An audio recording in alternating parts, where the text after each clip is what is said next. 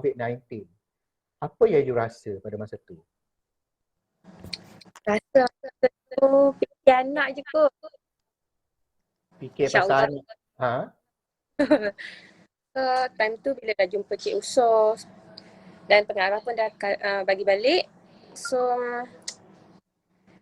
kita tunggu KKM lah untuk yang selanjutnya kan. Tapi pun dapat daripada private punya result. So tunggu KKM contact dia dulu. Dia swab 1 hari bulan April. Lepas tu 2 April keluar result positif.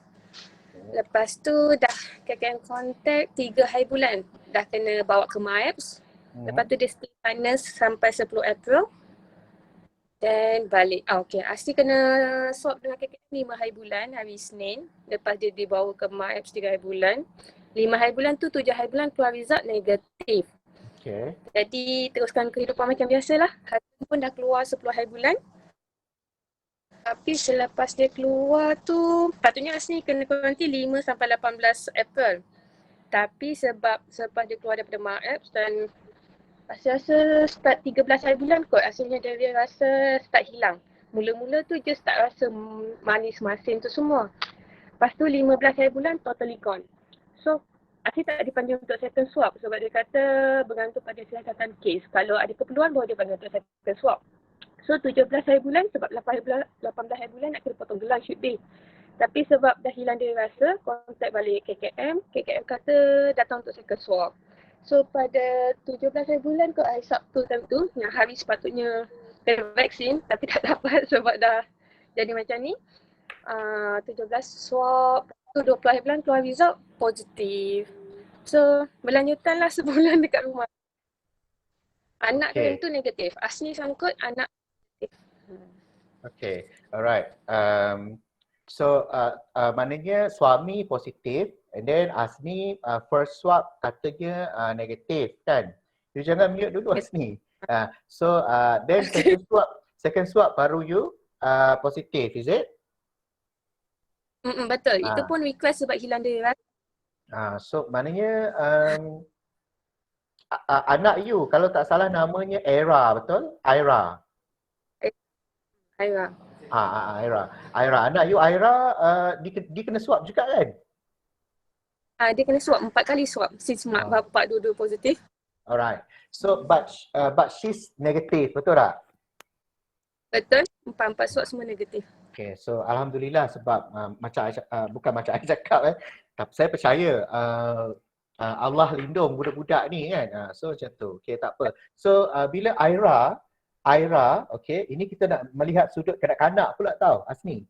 Bila Aira tu di swab test 4 kali katanya kan.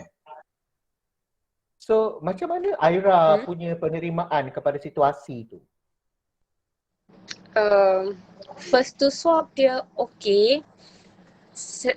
Dengan fourth swab dia dah start nangis. Mungkin dah terlalu kerap kena swab kan. So dia dah macam dah tak boleh nak accept benda tu. Kan. So di situ kita nampak but then so far dia jadi macam mana? Dia jadi macam get to use into it ke macam mana? Nak kata get to use tu taklah, cuma dia dah kata dia dah tak nak. Dia dah tak nak swab tu semua. Terpaksa kan nak main.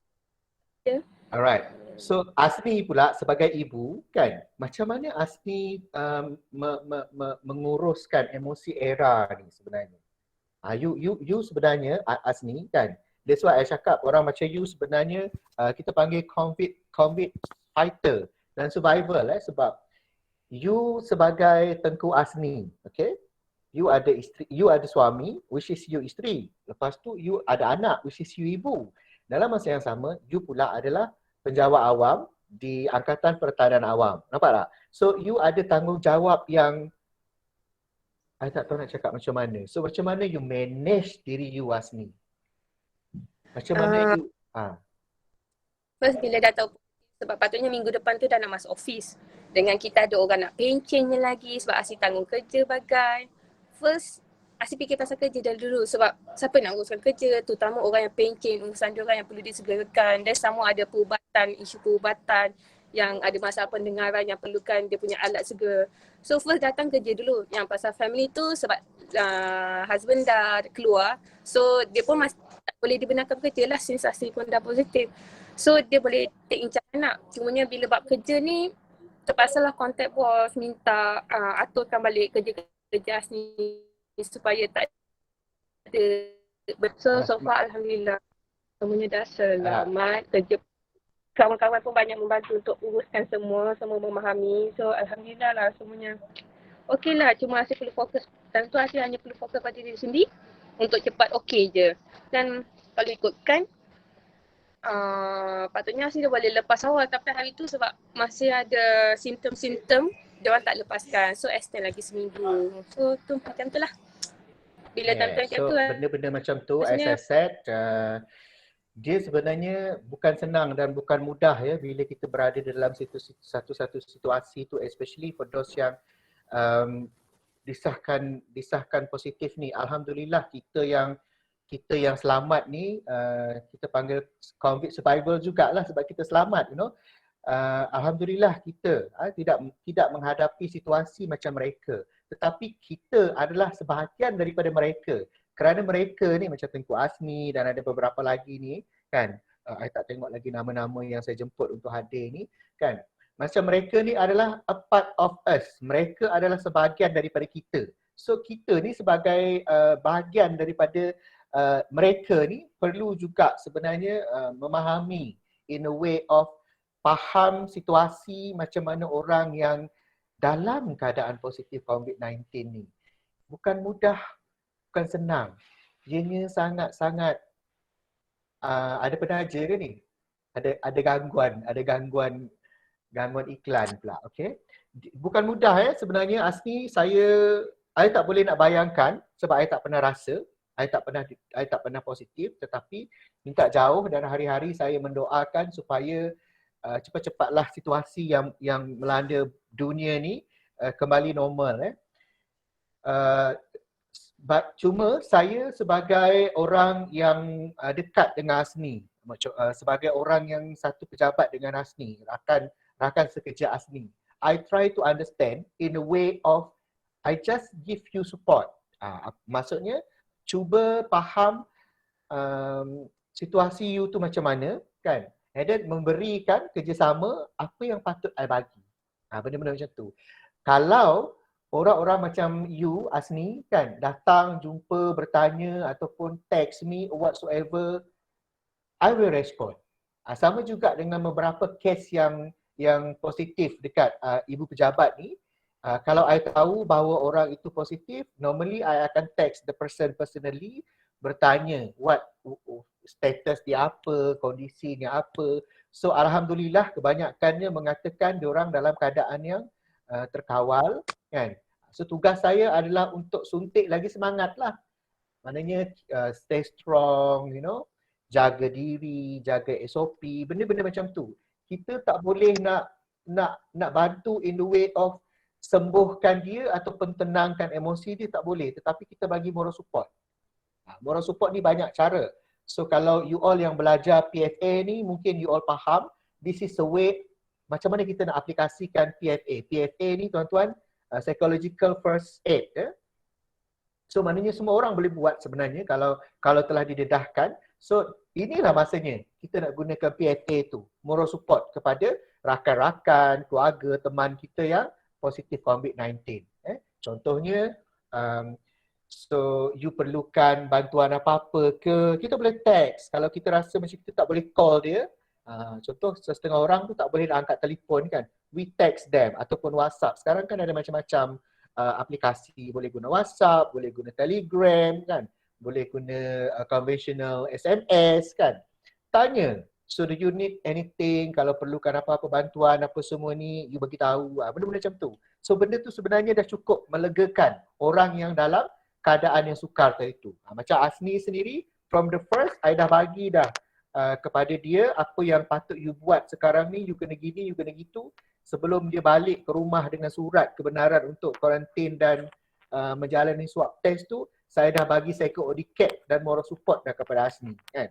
So bila Asni tu tak ada, masuk pejabat lebih kurang sebulan, so I tahulah budak tu dalam kondisi apa. Dia tengah dalam keadaan yang mencari kekuatan diri, fokus to herself untuk sembuh, untuk kembali normal, untuk kembali negatif. So itu kondisi dia. Yang kita yang lain ni sebagai masyarakat yang berada di sekeliling orang yang positif ni perlu tahu dan perlu peka sedikit. Kadang-kadang kawan-kawan kita yang positif ni dia senyap, dia diam, kita teks kan. Kalau dia jawab, dia jawab. Kalau dia tak jawab, kita kena faham dia punya kondisi tu apa. So kalau dos yang pernah menghadiri PFA ni macam Puan Siti Nur Sarah Haslinda ni, I tengok gambar dekat situ, dia pernah menghadiri kursus PFA for last week, tak salah saya, mungkin dia faham maksud saya, in a way of macam mana kita nak convince orang yang berada di dalam keadaan sukar ataupun berdepan dengan apa-apa jenis krisis. So Asni, dia dah mute kan budak ni. Terima kasih banyak Asni for the sharing. Okay. Ada lagi benda nak tanya ni Asni? Apa tu? Kan. Sekarang ni kita dalam keadaan BDR, budak-budak PDPR kan. So dalam keluarga Asni itu, Tengku Asni ni punya keluarga macam mana? Adakah pergiliran di antara you dengan suami untuk menjaga anak yang PDPR ni ke macam mana? Kalau dulu Asni fully charge PDPR anak, tapi sekarang macam Cik Yusof katalah, mental kita tak kuat sebab kita sebagai isteri, sebagai ibu, sebagai pekerja, kita banyak benda kan dalam kepala ni. So Alhamdulillah lah, last 2 week husband fully in charge anak punya PDPR. So sekarang Asni punya mental agak tenang. So Asni banyak fokus pada diri sendiri sekarang. So itulah sebab kebetulan husband punya sektor pun tak essential, so dia boleh fokus. Cuma nanti kalau dia punya sektor dah start buka, time tu sendiri kena pandai kawal lah sebab PDPR sama dia sekolah Cina, language punya barrier ada kat situ. So macam apa-apa pun kena hadap lah kan. Tengoklah macam mana nanti. So first sekarang tenang-tenang lagi. So bila nanti sebab katanya PDPR mungkin sampai September kan. So tawakal. Yeah, so means that in the way of macam mana you menguruskan keluarga tu, you memang ada komunikasi lah dengan suami. Begitulah. Okay Asni, bukanlah nak jadi mak kepo berkenaan dengan rumah tangga kan, tapi I just want to get the experience. Sukar tak untuk berbincang suami isteri sebenarnya? Sukar tak? Rasanya semua orang pun alami benda yang sama, agak sukar lah. Lagi-lagi persetujuan bersama tu agak susah nak dapat. Tapi itulah, nak tak nak someone kena give and take kan. Sekarang waktu Asni untuk cool down bagi dia settlekan semua. So maksudnya dia terpaksa lah buat benda tu sebab Asni kata Asni totally tak nak handle benda tu untuk sementara. Selagi dia ada kat rumah, since dia punya sektor tak buka, selagi tu dia handle. Once nanti dia punya sektor dah buka, yang tu belakang kita. Tapi meantime Asni just nak fokus Asni punya diri je dulu. Itulah sebab terpaksa lah. Okay, thank you Asni. So means that tuan-tuan dan perempuan, apa yang saya nak kupas sedikit berkenaan dengan apa yang telah dikongsikan oleh Cik Tengku Asni tadi tu kan, adalah how you communicate dengan you punya spouse ataupun you punya pasangan sebab it's not easy dalam dahlah keadaan sukar, you know. Rumah tangga kita pula jangan jadikan sukar. Okay, try to communicate dengan pasangan kita dengan cara yang selembut-lembut mungkin. Senang untuk saya cakap, tetapi itulah yang saya cuba nak didik, nak kongsi, nak ingatkan tuan-tuan dan puan-puan supaya kena cool, kena calm, kena relax when you talk to your husband, to your wife, to your spouse, you know. Jangan ada emosi. Kena kena cakap dengan cara yang tenang, kena cakap dengan cara yang selembut-lembut alam. Kan kalau you panggil suami you abang, abang boleh kita bincang. Kalau you panggil panggil isteri you baby, baby can we talk? Macam tu. Jangan, boleh tak kita bincang benda ni? Jangan gunakan kekerasan, jangan layan emosi yang sukar. Relax, cool, talk. Sebab perbincangan yang cerdik dan bijak di antara pasangan, ianya akan menemui titik persamaan. Tapi kalau seorang tu dua-dua tak nak mengalah, okay, ataupun dua-dua nak menengking je kerjanya, kan? So titik pertemuan ataupun titik kesamaan ataupun titik apa kita panggil titik penyelesaian kepada sesuatu isu memang tidak akan berlaku. Sebab sekarang ni, as I said, again, saya nak ingatkan, apa yang berlaku dalam institusi keluarga you, okay, you boleh bawa pergi ke, maksud saya bawa bincang dengan penyelia. Bila masa you nak BDR, bila masa you nak ke pejabat. Sebab you kena balancekan dengan suami, isteri punya masa pula. Contohnya tuan, puan, saya punya suami akan bekerja pada sekian. Boleh tak saya masuk sekian? So benda tu, sekarang ni bukan sahaja institusi keluarga tuan-tuan dan perempuan tau. Tuan-tuan dan perempuan juga kalau ada di sini yang bergelar penyelia ataupun ketua kepada satu-satu organisasi ataupun agensi, bahagian apa semua kan. Perlu faham juga anak buah ni sebenarnya. Sebab semua orang dalam situasi sukar. So semua orang perlu bertoleransi dan juga saling memahami dan membantu. Jangan, oh tak boleh, mana boleh, tak. So jangan banyak sangat benda-benda yang menyebabkan member kita tu, kawan kita tu nanti terus jadi down. You know, sebab bila down, dia akan menjurus ke benda lain pula.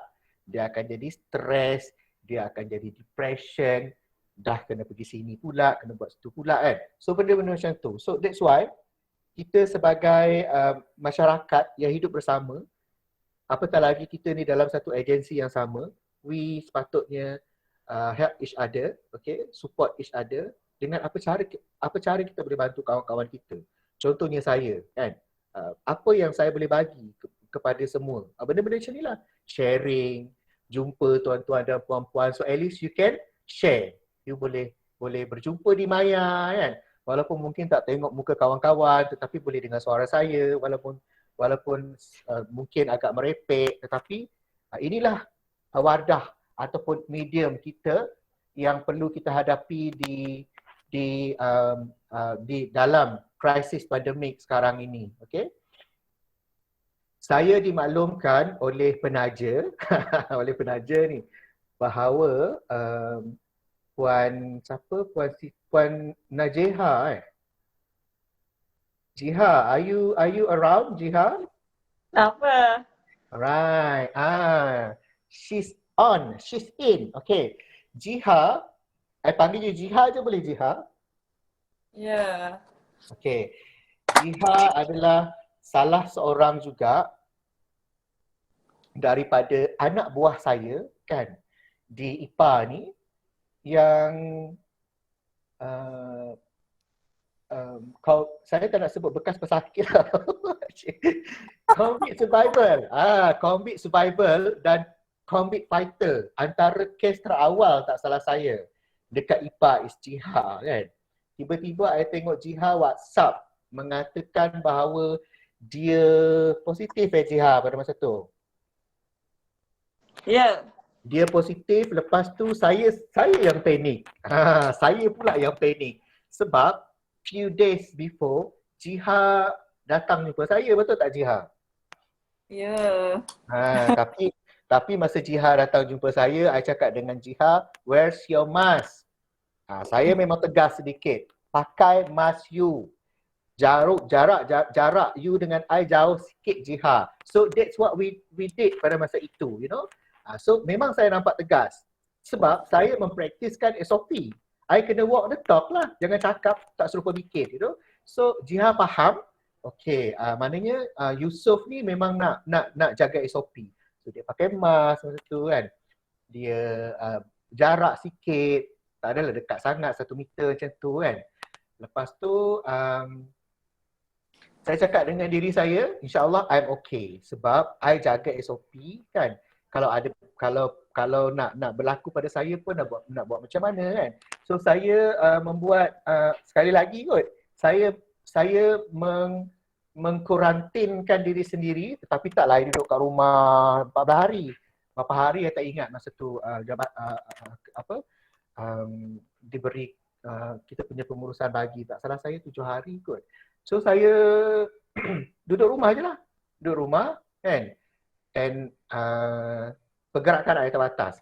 So bila Jiha mengatakan bahawa, memaklumkan bahawa dia positif kan, saya terus teks lah.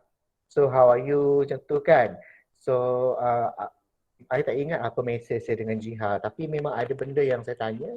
So Jiha, I bagi tahu Jiha bahawa you relax, you stay cool, okay, jaga SOP, pastikan ada siapa jaga you ke, anak you macam mana ke. I dah masuk dalam dunia rumah tangga Jiha dah. Suami you dah balik tak daripada JB. Nanti I tanya you Jiha. Lepas tu I bagi tahu anak you kalau boleh begini. So benda tu I bagi sekod etiket pada masa tu dalam bentuk WhatsApp sebab Jiha tidak boleh mengangkat telefon. Emosi dia tengah berkecamuk masa tu. I faham, tetapi I kena buat sesuatu juga. Tanggungjawab saya di dalam society untuk memberitahu Jiha supaya this is the thing that you should do. You know, things like that. So bukan mengarah, tapi benda tu lebih kepada concern saya, okay, supaya Jiha tidak panik dan tidak panik lah, tidak macam dying inside, kata Mak Saleh. Pernah dengar lagu Dying Inside tak? Mati kutu kata orang. Saya tak tahu dekat ada tak bahasa mati kutu. Kalau dekat Sarawak tu kita kata mati kutu tu tak tahu nak buat apa kan. So I bagi tahu Jiha what to do. So Jiha pun positif penerimaannya. Okey, terima kasih dia buat apa semua ni. Katanya suami pun jaga SOP dekat rumah selama tempoh dikuarantinkan. Betul tak Jiha? Alright Jiha.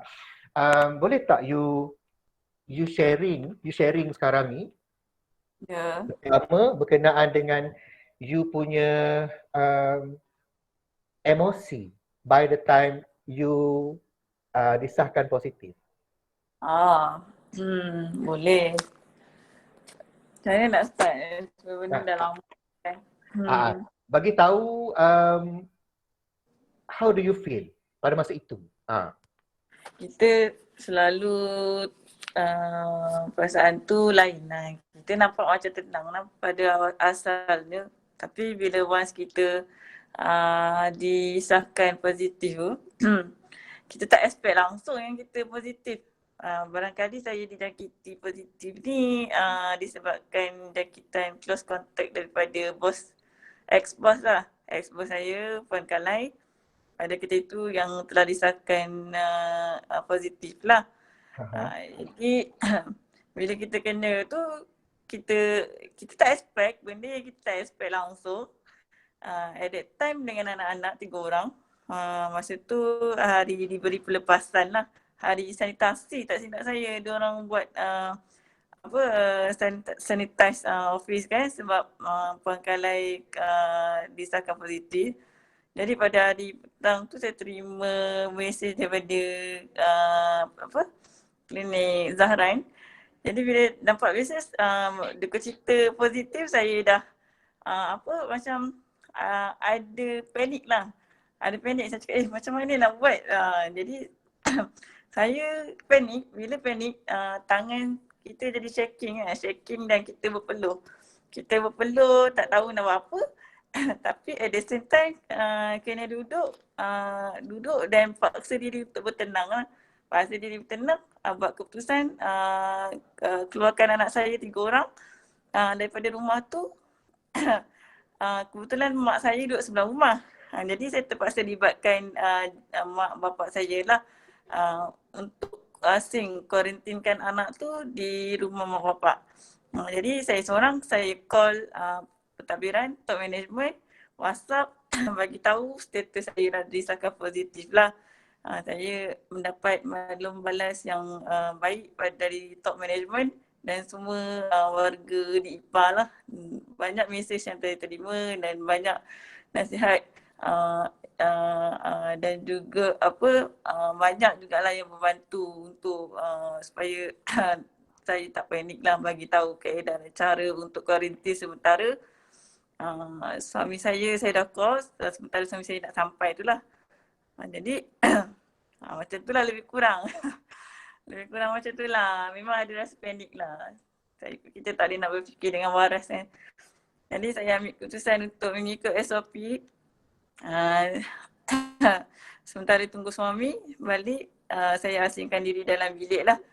Bilik master bedroom yang ada tandas.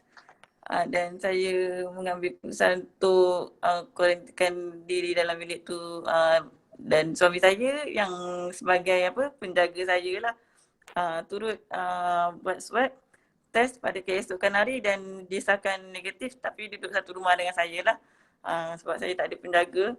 So saya duduk di dalam bilik sahaja dan suami saya duduk di ruang tamu lah. Lebih kurang macam tu lah keadaan dia. Selama 10 hari saya kuarantin, emosi ada turun naiknya lah. Sebab kita duduk di rumah, suhu badan kita tak sama macam kita berada di luar. Jadi kita kadang-kadang bila duduk kerap di rumah, boleh jadi kita suhu naik meningkat pada waktu malam dan waktu siang terlalu panas. Waktu malam badan kita akan terasa sejuk disebabkan suhu yang meningkat lah. Jadi kita tak ada aktiviti dekat situ, duduk dalam bilik. Ikutkan kalau orang yang tak ada, orang yang ada low self esteem, mungkin dia akan rasa bosan lah, tak ada aktiviti yang dia buat. Mungkin akan rasa agak stres lah duduk kat bilik. Jadi saya ada banyak aktiviti yang saya buat. Selain yelah, bila kita dah positif ni kita fikir Allah uji kita kan. Jadi kita banyak muhasabah diri lah. Selain itu banyak mengaji. Saya suka menulis. Jadi saya ada diary saya sendiri. Saya suka mewarna. Saya buatlah aktiviti yang tidak membosankan lah. Lebih kurang macam tu. Dalam tempoh kuarantin saya suka mengemas dan juga membersihkan bilik saya sendirilah. Dengan antiseptik punya pencegahan lah. Jadi saya berjaya mengatasi tekanan orang kata Tekanan emosi. Tekanan emosi. Tekanan emosi sepanjang 10 hari di dalam rumah. Suara putus-putus ke? Suara kau putus-putus tapi dengarlah. Adalah isi awak tu jelas lah juga kan. Lain tak apa nak okey. Itu adalah antara kekangan Maya punya session lah ya. Okey. Ya. So Jiha kata Jiha mengisolasikan diri dekat rumah dalam bilik, anak-anak masa tu dengan mak kan. So considerably kebetulan pula mak Jiha punya rumah tak salah saya guys next door gitu kan. Betul? Waktu tempoh tu lepas 5 hari PKD akan call saya untuk swab test semua ahli keluarga yang belum swab lah. Anak 3 orang termasuk mak bapak dan luckily semua negatif termasuk suami saya. Saya seorang je lah positif. Lepas 2 hari biasanya bila dah PKP 2 saya kena tu masa bulan 1 PKP 2.0.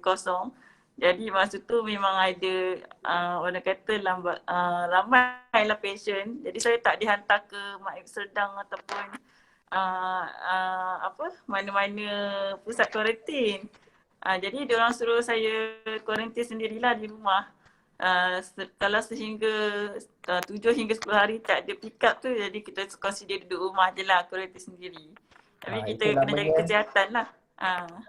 itu namanya isolasi kendiri lah. Ya. So Ambil lah. Apa dia? ambillah apa? Prevention lah, maksudnya kita ambil, kalau kita tak sihat makanlah Panadol ke apa ke yang sewajarnya. Dan juga minum makan dan jaga kesihatan lah. Carilah makanan yang berkhasiat untuk jaga, untuk maintainkan kesihatan kita lah waktu tempoh kuarantin tu. Kalau kuarantin di rumah dia berbeza dengan kuarantin di pusat kuarantin.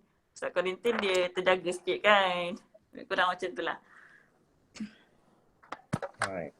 So itulah dia apa kita panggil sedikit mukadimah daripada perkongsian Puan Jiha berkenaan dengan situasi dia dan keluarga. Okey. Cuma mungkin kalau saya boleh bertanya beberapa persoalan Jiha.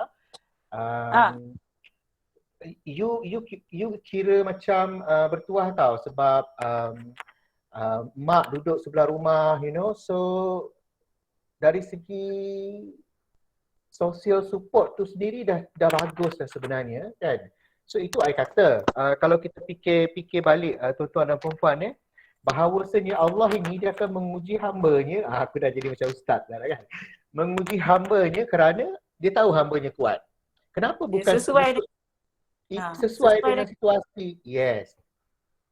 Kenapa tak Yusuf Stanley yang dipositifkan COVID-19? Mungkin Yusuf Stanley tak kuat. Kalau dia positif, tiba-tiba nangis kan. Tiba-tiba jadi macam depression yang tak apa-apa kan. So Jiha dipositifkan kerana Jiha, situasinya gini, maknya apa. So semuanya itu telah dirancang oleh Allah Ta'ala. Kalau kita fikir back to basic kata orang kan. Allah dah rancang dah sebenarnya. Kenapa Jiha yang perlu positif? Jiha ni kuat. Kan, Jiha ni begini situasinya. So mungkin ada di kalangan kita yang kata senang cakap lah kan. Senang cakap lah ujian daripada Allah tu kepada orang yang kuat, tak kena pada batang hidung sendiri, kita kata macam tu kan. Tetapi sebenarnya itulah realiti. Kan? Kerana Allah Ta'ala tu sebenarnya menguji kita sebagai hamba adalah kerana dia tahu kita kuat. Dia tahu kondisi kita apa dan dia tahu kita tu sebenarnya mampu dengan situasi yang kita hadapi itu kan. Okay Jiha, I tertarik dengan you punya penjelasan yang mengatakan ini consider macam tips of self therapy daripada Jiha yang mungkin tuan-tuan dan puan-puan boleh laksanakan juga, okay? Boleh praktiskan juga. Dia kata dia suka mengemas dan dia suka mengemas bilik dia sebab dia di karantin dalam bilik kan. So untuk menghilangkan rasa bosan di dalam bilik yang terkurung tu kan, dia mengemas bilik dia dengan mensanitasi. Betul tak Jiha? Ya. So the process of mengemas dan membersih dan mensanitasi bilik itu sendiri adalah proses terapi yang boleh sebenarnya jadi penenang kepada Jiha yang dalam situasi sukar pada masa itu. So kan betul Jiha? Ya. So maknanya Jiha boleh melepaskan emosi yang terkurung dalam bilik tadi tu dengan cara mengemas dan membersih. Nampak tak tuan-tuan dan puan-puan? Itu adalah salah satu tips terapi tau kalau you all tahu. Iaitu mengemas, membersih. Apa lagi terapi sambil-sambil kan? Banyak lagi sebenarnya. So kalau kita buat kerja, kita anggap sebagai terapi. Yes. Jiha, suara itu tenggelam sikit. Macam mana? Hello? Okay, so you jadikan mengemas rumah sebagai terapi, right? Okay, so you satu lagi benda yang you kongsikan sebenarnya kalau audience ataupun kita punya crowd yang lain ni tak jelas tadi kan. Jiha kata yang positif message daripada Jiha adalah jaga pemakanan kita, betul? Okay, So jaga pemakanan maksudnya itu adalah antara tips sehat ataupun salah satu juga tips ataupun tips sehat yang boleh menghindarkan kita daripada stres sebenarnya. Maksudnya kita kena jaga kita punya makan dan kita punya diet sebenarnya. So maknanya kita jangan makan benda-benda yang macam berlemak-lemak sangat kan, benda-benda yang tak menyihatkan. So akhirnya badan kita tak boleh nak proses benda tu kan. So kita pula yang jadi lemah, dah kita jadi lemah pula. So benda-benda macam tu. So jaga makan, jaga tidur, jaga minum, betul tak Jiha? Jangan kerap tidur lah. Kalau kita kuarantin kasih kerap tidur, badan kita lemah lah, tak bertenaga. Jadi dia akan efek pada emosi kita jugalah. Bisa macam tu. Carilah cari hobi yang boleh dibuat. So maknanya kalau kita dikuarantinkan, okay, tak kira sama ada sebab kita positif ataupun sebab kita close contact to the positive COVID-19 punya patient, what you do is jangan kurung serta kunci diri. Sebaliknya, jadi orang yang kreatif dan bijak dengan mencari hobi. So do something. Contohnya Jiha tadi dia kemas bilik, bersihkan bilik. Yang lain selain daripada tu, what you can do is macam you can read. I dengar Jiha tadi cakap pasal baca Al-Quran, betul? Ya. You can baca Al-Quran, baca buku, cerita, novel, ataupun kalau you tak ada buku sekarang ni kita boleh membaca melalui kita punya iPad, phone, you know. So benda-benda macam tu. So jangan jadikan diri kita tu hidup kursi, duduk malang sangat, you know. Kita kena chill, kita kena kuat. Sebab kalau kita tak kuat, siapa lagi yang nak kuatkan kita? Betul tak Jihan? Ya, diri sendiri je. Right. So, okay. What about your kids, Jiha? Masa you dikuarantinkan tu, ada tak anak-anak you menimbulkan sebarang kids punya attitude yang oh my god, macam mana aku nak uruskan anak ni dengan perangainya macam ni? Ada tak anak-anak you timbulkan perangai? Sebelum hari tu biasalah bila kita kuarantin asing dengan orang tua. Tapi biasanya anak saya behave lah, dia duduk dengan nenek atuk dengan nenek dia. Jadi saya sarankan mak bapak saya, warga tua, warga emas lah, orang kata kita jaga kesihatan lah. Bagi sihat, anak-anak kena make sure dia sihat. Kalau tak sihat, kita kena minta tolong lah kan. Kuarantin tak boleh keluar, jadi kita kena ada hubungan baik dengan jiran-jiran.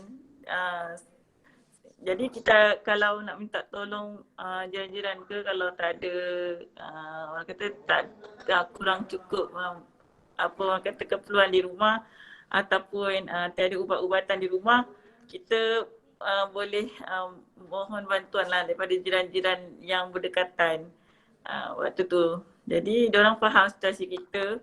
Jadi tak ada orang kata apa, saya alhamdulillah lah, pengalaman saya alhamdulillah lah. Sebab hubungan baik dengan jiran-jiran tetangga yang memahami dan dia tak ada, orang kata tak ada spread, benda ni tak sebar merata lah. Jadi diorang faham musim COVID kan, jadi diorang faham lah. Jadi kita tak keluar rumah tu orang boleh agak lah kenapa kan. Jadi kita jaga SOP macam biasa, saya dan suami pun jaga SOP juga. Hari-hari mop lantai, hari spray, masak, suami saya masak. Alhamdulillah cukup, alhamdulillah cukup keperluan. Cukup keperluan lah. Tapi itulah kita kalau macam ni hubungan, sebenarnya kita kena jaga hubungan baik kita dengan orang lain lah. Dengan rakan pejabat ke, dengan jiran-jiran tetangga, hubungan kita dengan keluarga kita. Jadi kalau contoh kita dikuarantinkan seorang diri ke di rumah, kita sebenarnya kalau kita ada hubungan baik dengan orang lain, jadi tak ada masalah. Maksudnya macam tu.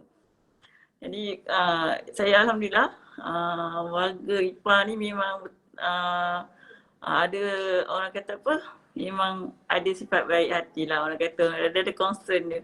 Concern dia memang sangat tinggi. Saya terima ada 800 Kebanyakan lah dalam setiap unit tu semua ada lah yang concern. Jadi saya bersyukur sangat dan berterima kasih lah kepada semua warga di IPA, especially di bahagian kewangan, bagi semua manusia. Ramai yang WhatsApp saya personally, pegawai dan juga di cawangan lain jugalah. Jadi itu pentingnya hubungan baik kita dengan orang lain, jaga hubungan baik kita dengan orang lain, jaga diri, jaga kesihatan. Jadi bila kita rasa susah macam mana sekalipun dalam keadaan yang kuarantin tu, kita ada moral support daripada orang lain. Itulah, itu sajalah. Alright. Terima kasih banyak Jiha kerana sudi luangkan masa untuk berkongsi you punya situasi kan. Kepada tuan-tuan yang lain yang ada di dalam crowd kita pada pagi ni, you juga boleh kemukakan soalan tau kepada Jiha ni melalui sama ada Jiha ke, Asni ke ataupun sesiapa saja melalui ruangan chat yang ada tu. You can see the ruangan chat tu dekat bawah. Kalau dekat saya ni dia belah kanan saya dekat bawah ada ruangan gambar manusia 2 orang. I tak tahu you all punya monitor ke macam mana pula simbol dia So ada 2 orang tu, itu adalah kita semua yang ada di dalam chat. Next to it tu ada macam gambar message punya kolom tu. Situ boleh chat. Ada 3 orang yang chat dekat situ. You boleh kemukakan soalan ataupun pandangan dekat situ. I akan bacakan untuk kita kongsikan bersama. So terima kasih banyak Jiha. So kalau yang lain ada nak penjelasan ataupun nak tahu detail ke apa semua pun boleh bertanya. If tiba-tiba I come across my mind, ada benda nak tanya pun I akan tanya balik lah nanti. Jiha dengan Asni ni. Don't left tau awak diorang. Cik Jiha dengan Cik Tengku Asni. Kan? Dengar je. Okay, so siapa lagi yang ada ni? I tak tahu sama ada kita punya Fiza ni masuk ke tak? Cik Hafiz, is Fiza around? Tak ada Cik Yusof, tak ada. Ya tuan. Dia tak masuk lagi ke? Ada, nampak? I tengok nama dia tapi macam bukan nama dia kan? Oh, bukan nama sebenar. Bukan nama sebenar, ada filah segala kan? So, okay, Fiza adalah consider as the latest cases lah kot yang ada dekat IPA ni kan? So maknanya kita ni semua, especially yang berada di pejabat ni, sebenarnya we are open tau kepada kebarangkalian untuk dijangkiti virus yang jahat ini tau, COVID-19 ni, sebab kita berurusan. Tapi macam I cakap, Allah itu kan Maha Penjaga dan Maha Pengasih, Maha Penyayang kan. Dia akan bagi positif kepada orang ni tetapi tidak positif kepada orang ini walaupun mereka pernah berjumpa, pernah bersembang, pernah bercakap. Macam I pun dengan Fiza pun agak rapat juga, cuma pada waktu Fiza disahkan positif tu saya tak terdedah ataupun tak berjumpa sangat dengan Jiha. Jiha pula Fiza kan. Saya lebih kepada banyak on phone dengan Cik siapa Fiza ni kan. Alright, so you adalah the latest case yang positif dekat IPA Boleh tak, saya masa siapa yang cakap dengan saya you positif? Saya tak ingat. Oh, sebab diorang kata kena tutup. Kena tutup office 1 hari. So terus saya kena pergi office besok, sampai pergi office sebab office tutup kerana bla bla bla bla. Saya terus text you, betul tak? Betul. Saya terus text you, how are you? Are you okay? Benda-benda macam tu. Sebab saya tak tahu macam mana lagi nak approach. Takkan dia nak cakap, Fiza, ini kan you positif, betul ke? Jangan sebut macam tu, you know. Kalau you all nak tanya kat kawan-kawan, the first thing to do ataupun to text to ask is, jangan cakap, betul ke you positif? Jangan. Tanya, cakap dengan dia, hi Jiha, hi Fiza, hello Asni. So how's things? Are you okay? Benda-benda macam tu. Relaxkan dia dulu. Nanti dia akan jawab lah kat situ. Kan? Then you masuk lagi. Semoga segalanya dipermudahkan. you kekal kuat, jaga diri, benda-benda macam tu. So benda tu sebenarnya tak banyak, tetapi ianya cukup menenangkan kepada tuan punya badan yang berada di dalam krisis tersebut. Betul tak, Fiza? Betul-betul. So Fiza, can you Yeah. share, boleh tak awak kongsi mula-mula you dapat result yang you positif tu, apa yang you rasa? Okay, jap. Kita tahu COVID-19 is everywhere. Malah secara globalisasi mengatakan bahawa COVID-19 itu sendiri sudah berada di dalam masyarakat. Itu yang berlaku sekarang. You know, maknanya COVID-19 tu dia mungkin berada dekat I punya telefon. I don't know siapa pegang telefon saya contoh kan. So kita memang tahu bahawa COVID-19 tu ada kat mana-mana. Tetapi kita mengharap, kita deep dalam diri kita mengharap supaya janganlah benda tu datang kepada kita. Jauhkanlah aku daripada benda ni kan. Tetapi tiba-tiba you dapat panggilan telefon mengatakan Puan, you positif. So apa you rasa pada masa tu? Okey, mula-mula terima kasihlah Cik Yusof sebab jemput. Okey. Saya 1 dengan 2 hari bulan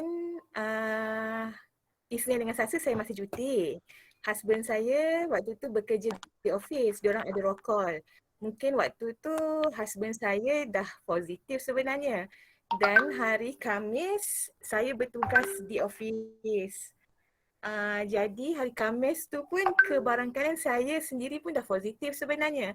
Tapi kami tak ada simptom apa-apa. Jadi waktu saya pergi office tu memang saya jumpa dengan datuk, dengan TKPO, TKPP. Majoriti semua top management memang saya jumpa sebab ada isu diorang nak buat video conference. Lepas tu dengan tim-tim latihan apa semua. Okay, tak apalah, habis one part. Lepas tu pada hari Sabtu, husband saya maklum dalam grup office dia 3 orang positif. Husband saya pula baru balik daripada outstation. Jadi memang dia tak sihat, dia macam penat balik daripada outstation. So saya ingat mungkin sebab dia outstation, dia lengah-lengah badan macam tu lah. Tapi dia kata dia tak sedap hati, dia nak buat swab lah. So lepas dia buat swab, result keluar pukul 3, dia maklum kata dia positif. Dia maklum by call je lah waktu tu sebab saya dengan anak masih di rumah.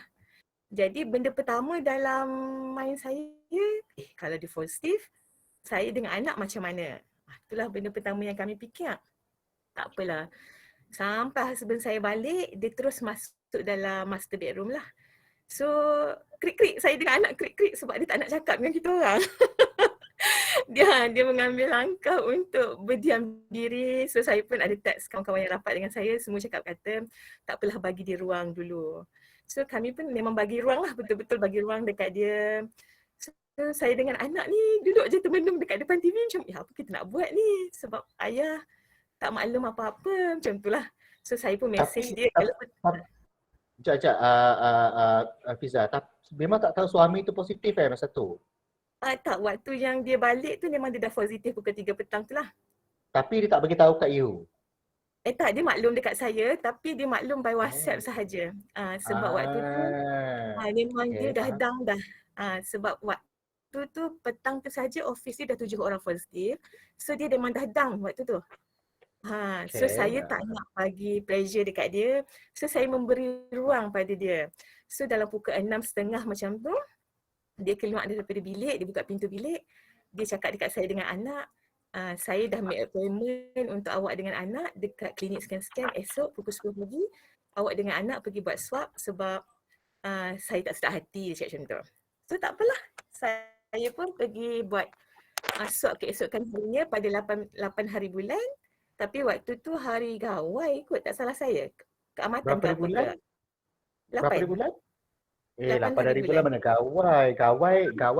Gawai 1 hari bulan. Keamatan 31.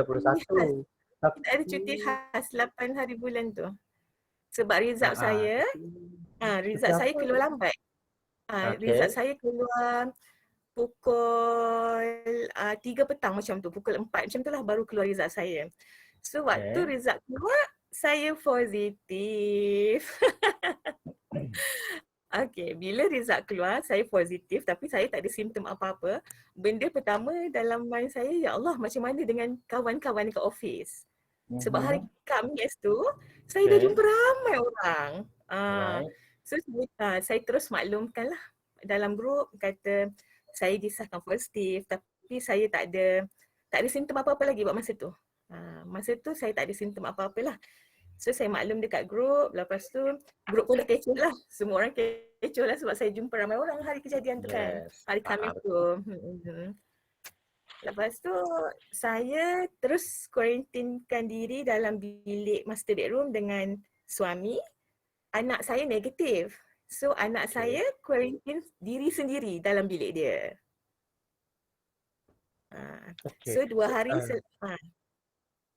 Okay, Kenapa? jap Fiza, sebelum I lupa you dengan suami kuarantinkan diri bersama, okay? Anak Yeah. kuarantinkan diri di dalam biliknya sendiri. Ya, betul. Macam mana dengan you all punya kebajikan in the way of makan minum pula? Rezeki saya sebab husband saya office dia memang sangat-sangat menjagalah benda-benda tu. Sebab waktu hari Khamis semua disahkan positif, terus sampai stok ubat, stok makanan, everything semua sampai depan pintu. So memang budak-budak office dia yang negatif semua terus dilantik sebagai pasukan kerja khas lah. So diorang ni memang mood standby 24 jam lah. Kalau macam saya pada hari ketiga tu memang saya dah collapse lah. Saya demam, saya batuk, saya muntah, saya everything. So macam rupa-rupanya COVID ni saya cuba macam kalau saya batuk, saya makan ubat batuk. Tapi bila saya lega, saya tak makan. Macam tu. Saya cuba buat macam tu. Rupanya tak boleh. Dia memang kena ambil juga. 6 jam. Setiap 6 jam tu kena ambil. Walaupun dah tak rasa benda tu.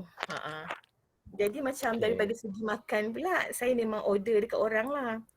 Saya order dekat jiran saya, kami bayar. Jadi dia akan hantar depan rumah. So nanti anak saya yang akan ambil makanan tu, dia buka makan dulu. Lepas tu yang lebih tu baru dia bagi kat kami. Baru dia bagi pada you dengan bapa ayah dia lah.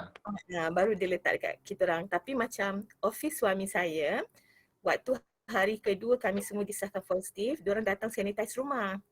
So bila diorang datang sanitize rumah, baru saya izinkan anak saya untuk keluar ke ruang tamu dan tempat-tempat lain lah. Sebelum diorang sanitize rumah tu memang dia duduk dalam bilik dia je lah. Alright, okay. So okay, maksudnya dari segi kebajikan, suami you punya tempat kerja banyak membantu in the way of hantar ubat semua kan. Dari segi makanan pula you order daripada jiran-jiran, rakan-rakan, you know. Nampak tak? Maknanya bila you dalam keadaan yang kritikal ataupun dalam keadaan yang sukar macam tu, jangan panik, there's a way sebenarnya. So what Cik Fiza, Cik Jiha share dengan Asni share ni tadi sebenarnya diorang dah hadapi sebenarnya benda tu. So seorang tu secara tidak langsung dia mendidik kita supaya be creative, think of something when you in that situation yang hard tadi tu. Jangan panik, jangan kalah dengan situasi tu. Sekarang ni dalam kondisi sekarang ni segala benda di hujung jari, betul tak? Betul. So you pastikan ada hubungan dengan persekitaran dan juga dengan orang sekeliling bahawa sebenarnya you tidak bersendirian. Nampak tak? You are not alone, kata mendiang Michael Jackson dulu kan. Sebab orang akan membantu kalau you meminta, dan bukan suruh you meminta-minta pun. At least you tell people what is going on to you. Kalau you rasa macam macam mana ni, aku ni tak tahu ni, masak tak boleh, apa tak boleh kan. Contohnya tak tahu pula nak order Grab food ke apa ke semua kan, Foodpanda ke tak tahu. Tanyalah kawan-kawan. Maksudnya itu maksud saya, berkomunikasi. Betul tak Fiza? Betul. So you consider yes. Tapi kan terms of COVID ni sebenarnya dia jahat tau. Sangat. Dia sangat jahat. Sebab betul kami yang positif ni cuba untuk menjadi kuat lah. Menjadi kuat seperti apa yang semua orang doakan kan. Tapi hakikatnya kami kerap jatuh. Kami akan down. Tambah macam saya, situasi saya, husband saya punya office kena ramai. Dia sampai dia wujudkan kluster lah. Jadi diorang wujudkan satu grup yang memaklum update-update terkini dalam grup tu. So bila kita tak sihat ni, tapi bila kita dapat update, oh Allah, ada lagi keluarga yang sampai satu keluarga positif. Ada satu keluarga yang sampai mak ayah pun terlibat sekali. Kita akan semakin down sebenarnya. Walaupun memang mudahlah untuk kita cakap kuat. Tapi itulah yang saya boleh kata memang COVID ni memang jahat gila lah. Sebab kita akan rasa macam Allah, macam tu. Jadi macam saya lah, saya tak rasa benda ni ujian. Sebab bila ujian saya akan tanya kenapa. So saya anggap benda ni macam anugerah lah. Mungkin Allah pilih kami untuk uji. Kena reda. That is another key words. Untuk kita tedangkan diri, kita kena reda. Jangan lawan sebab sesuatu yang berlaku tu atas kehendak Allah juga, betul tak? So means that kena reda. So bila kita reda dan bila kita positif, bukan positif COVID tau tuan-tuan. Bila kita reda, kita positif mind, kita insya-Allah kita akan boleh nak menguruskan diri. So apa yang you share ni sebenarnya Fiza, in a way of try to educate the rest of us yang ada dalam crowd ni sebenarnya, jangan panik, jangan putus bicara, kena kreatif, fikir apa yang patut kita buat sekarang ni, suami macam mana, anak macam mana. So itu sebenarnya antara benda yang intipati sebenarnya yang you bagi kepada crowd pagi ni sebenarnya tahu. So boleh tak I tahu anak you kalau tak salah saya berapa orang, seorang Seorang. 8 tahun. 8 tahun, darjah berapa Darjah 2. Primary 2, kecil lagi tahu sebenarnya kan. So Mula-mula memang dia tak boleh nak terima Cik Yusof. Dia sendiri kata, kenapa mesti dia negatif? Dia kata, sepatutnya dia juga positif. Dia kata sebab bila saya positif, saya boleh duduk dengan bonda dengan ayah. Dia kata macam tu. Definitely, betul. Itu dari segi psikologi kanak-kanak, dia pun nak positif juga sebab dia tidak mahu diasingkan. Tetapi tanggungjawab kita sebagai parents lah pula nak kena educate anak tu kan. Kenapa dia negatif, kenapa ayah dan bonda positif, nak kena ajar, nak kena didik juga tu sebenarnya kan. Macam mana you nak jelaskan kepada dia? Bila jadi macam ni sebab anak saya tak ada smartphone. Sebab saya memang tak ajak guna gadget lah. So dia memang tak ada smartphone. So bila jadi macam ni, Allah susah sangat lah sebab dia dengan PDPR-nya, macam mana kami nak handle kan sebab dia seorang-seorang. Jadi terpaksa bagi smartphone kat dia. Bila bagi smartphone dekat dia, alhamdulillah lah family saya kat kampung apa semua boleh teman siang dia. Hari siang dia ditemani oleh kakak-kakak saya, abang-abang saya, pakcik-pakcik dia lah kiranya. So dia rasa hari siang dia tu macam okey, tak ada apa-apa. Dia tak rasa sunyi, tak rasa apa. Dia akan jadi sedih waktu dia malam, dia akan jadi sedih lah sebab waktu nak tidur tu selalu memang kami akan teman dia. So bila jadi macam ni, bila dia minta peluk tu, bila dia macam nak tidur tu, nak cakap good night tu, dia macam saya nak peluk, macam tu. Dia akan menangis lah, budak kan. So kalau macam you cakap tadi, kalau hari siang dia tu dia ditemani oleh family you dekat kampung, means that family you call him, video call dengan anak you macam mana? Dia akan buat video call ramai-ramai lah, dia orang akan buat video call ramai-ramai apa semua. So dia okey lah. So itu adalah antara pengisian lah ya tuan-tuan dan puan-puan, how we keep in touch dengan sesiapa pun di dalam lingkungan masyarakat kita dan lingkungan kehidupan kita, means that walaupun kita berada dalam situasi yang we can see each other, kita tak boleh jumpa, kita tak boleh bersentuh, kita tak boleh bersama kan, dengan segala benda situasi sekarang ni semuanya kena jarak, betul tak? Dalam masa yang sama kita perlu mensyukuri nikmat juga sebenarnya teknologi yang baru sekarang ni. Kita boleh video call kan. Bayangkan kalau COVID-19 ni Allah turunkan 20 tahun yang lepas, kita pun tak wujud lagi kot kan. Ada lahir ke 20 tahun yang lepas kan. So kalau benda tu wujud 20 tahun lepas dengan tak ada medium seperti sekarang ni, macam mana? Nampak tak? So that is why dia datang sekarang. Sebab sekarang ni segala benda dah maju. sampaikan dunia dah tanpa sempadan sekarang ni kan. Even though kalau kita nak online dengan orang dekat UK sekarang ni pun boleh. Betul tak? Betul. So jadi maknanya sekarang ni apa pun situasi yang sukar, jangan insulasikan diri kita dalam keadaan yang negatif. Faham maksud saya tak? Insulasi sosial yang negatif adalah kita menjauhkan diri daripada persekitaran dengan tidak mau bercakap, tidak mau berhubung, tidak mau berkomunikasi dengan persekitaran. Itu insulasi sosial yang negatif, yang tak betul. Insulasi sosial yang positif adalah once you positif, you kena diinsulasi, insulasi. Itu maksud dia. So apa yang you share tu sebenarnya Puan Fiza adalah satu benda yang sebenarnya mungkin saya dengar benda tu, oh okey macam ni senang, macam mudah. Sebab I dengar you punya experience, tetapi bila benda tu berlaku kepada diri kita, mungkin kita akan jadi macam, yalah kita jadi macam what to do, you know. So bila kita ada what to do itu tadilah yang sepatutnya jangan mati akal. Terus cari maklumat, cari bantuan, jangan jadi orang yang apa kita panggil jangan jadi orang yang tak cerdik lah kita katakan. Telefon kan ada, telefon je lah kawan-kawan what to do, sekarang ni nak buat macam mana, benda-benda macam tu. Jelas benda-benda tu semua. Maksudnya kat sini, jangan putus komunikasi dengan sesiapa pun bila kita dalam keadaan sukar. Keep on talking to people, search for help, kan? Benda-benda macam tu. Sebab kalau tuan-tuan nampak sekarang ni, banyak kes orang bunuh diri tau.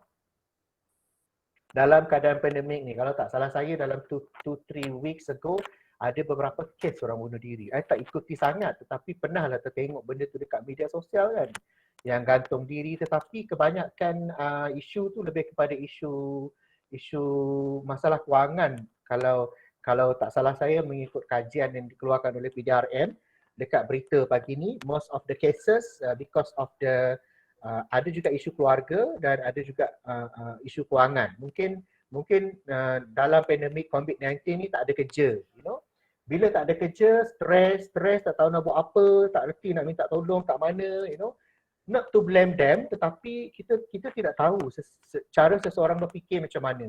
So itu yang I sebut awal tadi, kalau tuan-tuan dan puan-puan ingat, kita sebagai penjawat awam ni sebenarnya sukar macam mana pun situasi, we are blessed. Kita sepatutnya bersyukur sebab kita penjawat awam, gaji kita masuk. Walau macam mana tenat sekalipun krisis kan. Ujung bulan gaji kita kalau 10,000 dah masuk dalam account. So benda-benda macam tu. But what kalau orang yang macam sahabat kita ke, saudara mara kita ke, yang bergantung harap kepada kerja berniaga sendiri, yang kena pergi ke kebun. Contohnya orang-orang kampung saya nak kena pergi kebun baru ada sayur kan.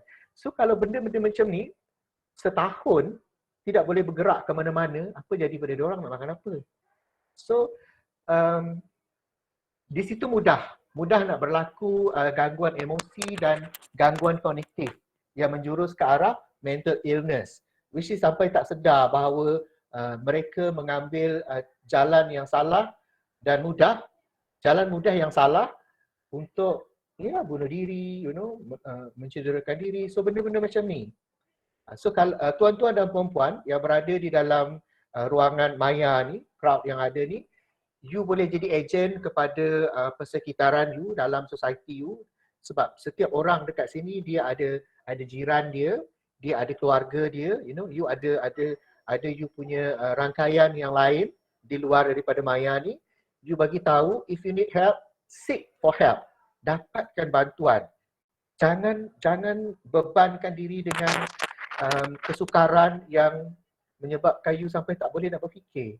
You know? Sebab sekarang ni macam-macam kita apa ni yang masyarakat luar sana dah promotekan. Antaranya kalau tak salah saya adalah food bank. Sekarang ni katanya ada NGO yang buat food bank. Maknanya kalau ada tahu di mana ada food bank tu boleh kongsi dengan masyarakat sekitar, you know. Dan ada juga kempen baru, I dikatakan kibar bendera merah pula, kibar bendera putih. Saya catat salah ni kat sini ni. Bendera putih supaya orang tahu bila kita kibarkan bendera putih maknanya you perlukan bantuan. So masyarakat yang prihatin di sekitar bendera, nampak bendera putih tu akan membantu. So itu adalah kempen rakyat Malaysia sekarang tau. So benda tu kena war-warkan supaya orang yang dalam keadaan sukar, yang dalam keadaan yang tidak mampu, okey, mereka tahu channelnya apa untuk mendapatkan bantuan. Dan kalau rasa macam mental block, tak tahu nak buat apa, pemikiran terganggu, you know, boleh mendapatkan perkhidmatan psikologi, kaunseling ke apa semua ni. Di mana saja channel yang you boleh dapatkan bantuan ataupun perkhidmatan tersebut. Kalau macam you all di APM ni, you can always come to me, bukan datang kepada saya tu, you datang pejabat tau. You boleh email. Ramai tanya saya, ada 2-3 soalan tanya kepada saya. Membantu ke e-counselling ni? Of course yes. Because when you type something, even though it's in email, okay, I buka, I baca. I tengok you punya case apa, isu you apa. So I will tackle daripada you punya email. Kalau email you tu kronik, I will call you. Lagi kronik, saya pergi datang rumah you. Dengan apa cara I boleh bantu. Bukanlah saya kata saya superhero. Tak, saya akan cari channel apa yang boleh bantu you. Contohnya kalau you kata saya ada mental block, sekarang ni saya tak boleh nak fikir, Cik Yusof. Saya rasa macam saya nak bunuh diri. So kalau benda tu saya kalau contoh, itu contoh tau. Bukan saya nak you all come out with that kind of idea. Itu contoh. Kalau contoh itu yang berlaku, so saya akan datang, I call you dalam masa yang sama, I akan cuba come to you as soon as possible dengan pasukan penyelamat. Mungkin I akan bawa polis, bukan nak tangkap you tapi nak selamatkan you. Benda-benda macam tu. So jangan putus asa, jangan putus akal. Jadi cerdik, jadi bijak dalam menguruskan kendiri dalam situasi pandemik yang sukar ini. Boleh tak tuan-tuan dan puan-puan? Ada sesiapa lagi nak share ke dalam kita punya ruangan maya ni? Okay, Sisi Hafiz, let's see the next slide. Ada apa yang kita sediakan? Oh, dia pada 8 hari bulan tu cuti hari yang di-Pertuan Agong, Fiza. Masa you maklumkan apa positif tu, cuti birthday yang di-Pertuan Agong katanya kan? Betul. Saya tak ingat dah. Boleh minta ni ke pendapat Tuan Nizam, sebab Tuan Nizam lama di Maib. Saya hanya 3 hari 2 malam. I try to get him kan. Tapi ada tak Tuan Nizam? Ada tak Tuan Nizam ni? Kok dia guna nama lain ke kan? Sebab Tuan Nizam dia lama di Maib. Macam saya hanya 3 hari 2 malam di Maib. Jadi pengalaman Tuan Nizam rasa lagi banyak kot daripada saya. Sebab saya seolah-olah macam masuk kem kerohanian lah kat Maib tu. Betul. Memang I ada try to get Tuan Nizam juga, tapi dia kata kalau dia boleh masuk, dia masuklah dia kata. Tapi saya tak nampak pun nama dia ni. Sebab pada saya personally lah, pada saya lebih baik kuarantin di rumah kot daripada di Maib. Sebab bila di Maib ni, sebab di rumah kondisinya lagi apa? Lagi tu Tuan Nizam ada tu. Lagi kondusif. Tuan Nizam ada, saya keluar dulu. Okay, Tuan Nizam, are you around? Hello, Tuan Nizam. Dah rasa macam apa kita panggil rancangan TV pula rasa kan. Tuan Nizam, ada ke? Ada tu Tuan Nizam, suara dia Ada terdengar. masalah mikrofon. Dengar tak? Okay, Tuan Nizam. So Sifu Ya. Nizam. Rupa-rupanya daripada tadi ada dia ni. Saya tak tahu pula nama Okey. dia. Sifu Nizam. Okay, Tuan Nizam. Ya. Saya dimaklumkan dan you pun cerita pada saya bahawa you masa kuarantin tu, you bukan self quarantine, you lebih kepada kuarantin dekat Maib kan? Betul, saya di kuarantin di MIPS. Boleh tak you share apa yang you hadapi di Maib tu?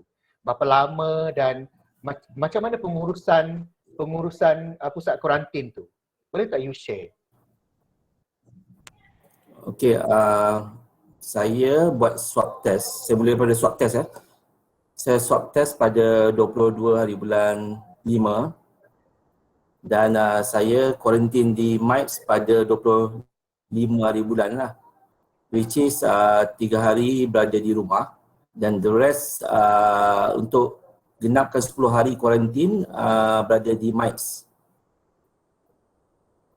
Maksudnya 3 hari di rumah and another 10 days di Maib. Ya, sebab saya menunggu dalam tempoh 22 hingga 25 tu saya menunggu panggilan daripada PKD.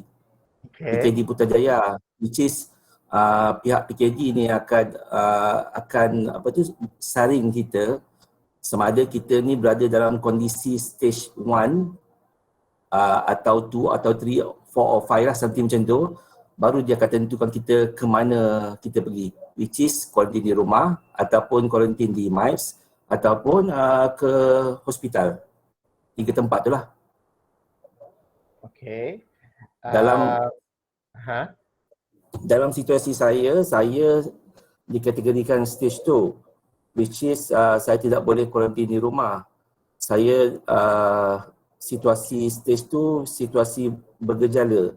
Mana pesakit COVID-19 yang bergejala dan ditampung dengan alasan-alasan yang lainnya, which is antaranya ada penyakit kronik, yang keduanya tinggal di rumah flat dan ada penghuni di dalam rumah. Sebab tu saya dikategorikan stage kombinasi 2 atau 3 tu saya dikategorikan stage 2 lah untuk saya ke MIPS. Faham. Maksudnya you adalah patient yang bergejala dan dalam masa yang sama you duduk di rumah yang mungkin dia punya kondisi rumah tu tidak cukup besar untuk penghuni yang ramai. Contohnya kan, maknanya kalau you nak self quarantine tu ruang untuk you tu tak ada, betul? Doktor pada ketika tu dia mengklasifikasikan saya duduk rumah flat. Which is kalau duduk rumah flat ni mungkin pada ketika tu dia meletakkan pesakit tu maybe senang untuk keluar masuk, something macam tu lah, akses menggunakan lift semua. Kalau rumah teres dia satu saja dia boleh isolate situ, maksudnya tak terganggu dengan jiran-jiran yang lain lah. Kategori doktor menyatakan macam tu lah. Okay, faham. So maknanya bila you disahkan positif kan? Ya. Macam mana pula dengan the rest of you punya isteri, anak-anak kan? Tuan Nizam ada anak berapa orang? Kalau tak salah saya 2 ke 3? Seorang saja anak saya. Seorang nak tembak kan? Sekali aku je nak tembak 2 ke 3 kan? Okay, tak apa Tuan Nizam. So macam mana dengan anak you tu? Anak dengan isteri tu, adakah mereka di swab test juga ke macam mana? Ya, untuk makluman saya pada 22 bulan tu kami sebenarnya buat swab test. Kami bertiga lah buat swab test. Mana kami buat swab test bersama lah di Hospital Azharah Bangi. Which is keputusan isteri dan anak dapat pada 23 bulan malam, which is pada hari Ahad. Saya saja keputusan tu didelaykan pada 20, the next day lah, pada 24 hari bulan. Okay, result you negatif, positif, isteri dan anak? Anak saya negatif. Anak saya dengan wife negatif. Oh, negatif. Ya. Okay. Nampak tak situasi dia macam tu? So maknanya kadang-kadang kita pelik tau. Kejap Tuan Nizam, saya Ya. ulas kejap. Okey. Kadang-kadang kita pelik, kenapa I positif, isteri I negatif, anak I negatif. Sedangkan kami bergelumang bersama dalam satu rumah apa semua kan. Lepas Ya. tu macam Fiza tadi, kenapa dia positif, suami positif, anak pula negatif, nampak tak? So memang macam yang Fiza cakap tadi, COVID-19 ni jahat. Kalau dia nak lah kan. So ini membuktikan bahawa penyakit ini ataupun COVID-19 ini adalah virus yang tidak mengenal siapa kan. Dia pilih siapa yang dia nak hisap kan. Tapi alhamdulillah kepada yang keluarganya negatif, walaupun dah bersama dengan ayahnya, tapi of course lagi pegang anak you, betul tak? Betul. Tetapi budak tu negatif. Maknanya mungkin dia, ini I guna perkataan mungkin sebab saya bukan medical doctor, tetapi I percaya dia punya sistem imun tu kuat kot, budak tu, anak you tu kan. Ya. Jadi Ya, saya pun rasa pun begitu sistem. Kalau ikutkan antara kami bertiga, saya sistem badan saya adalah yang paling lemah actually.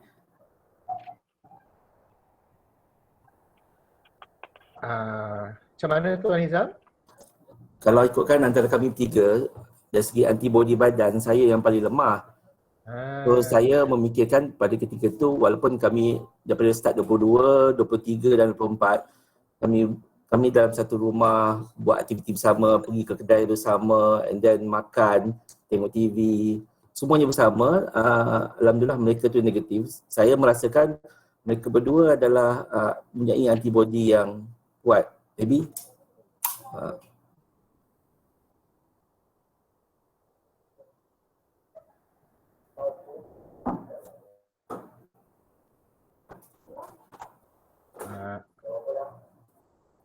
Okey, Tuan Nizam. ya. So maknanya apa yang kita boleh simpulkan lah bila imunisasi kita kuat kan, bukanlah kata COVID-19 tu takut pada kita. Mungkin dia ada, tapi dia mati dengan sendirinya kot kan, sebab imun kita lawan dia. Kita punya sistem imun tu lawan dia, betul tak? Betul.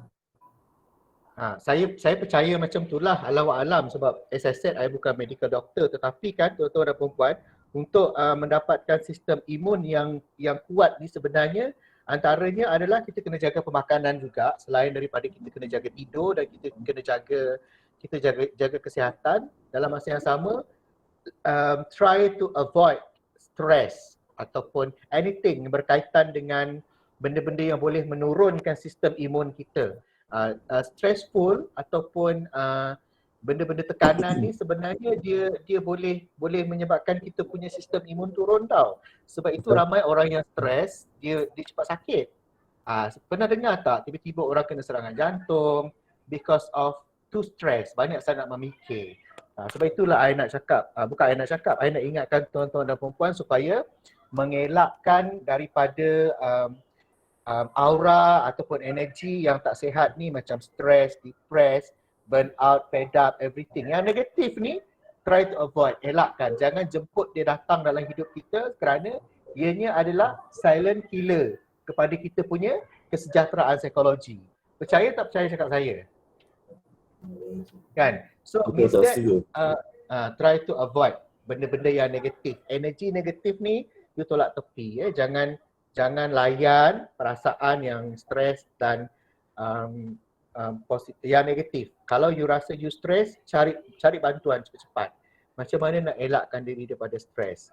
Okey Tuan Nizam, bila anak dan isteri you negatif, you positif, apa pula diorang punya penerimaan? Macam mana diorang punya penerimaan? Adakah diorang rasa sedih ke, ataupun you dah lah you tu diasingkan daripada diorang kan, dia dekat Maib. So macam mana you punya hubungan dengan diorang, dari segi jangkauan, telefon ke apa ke kan, macam mana selama tempoh masa kuarantin? Ya, actually bila belum dapat keputusan tu pun saya pun dah agak panik, gelabah, speechless lah atas apa ujian yang saya terima. Which is saya pun tidak menjangkakan, saya rasa semua orang tak menjangkakan untuk dapat COVID ni. Betul. Semua orang pun tak nak. Okay. Yes. And then sebab saya fikir satu, which is semua orang tahu saya bila pergi kerja, saya memang mengamalkan betul-betul SOP ni.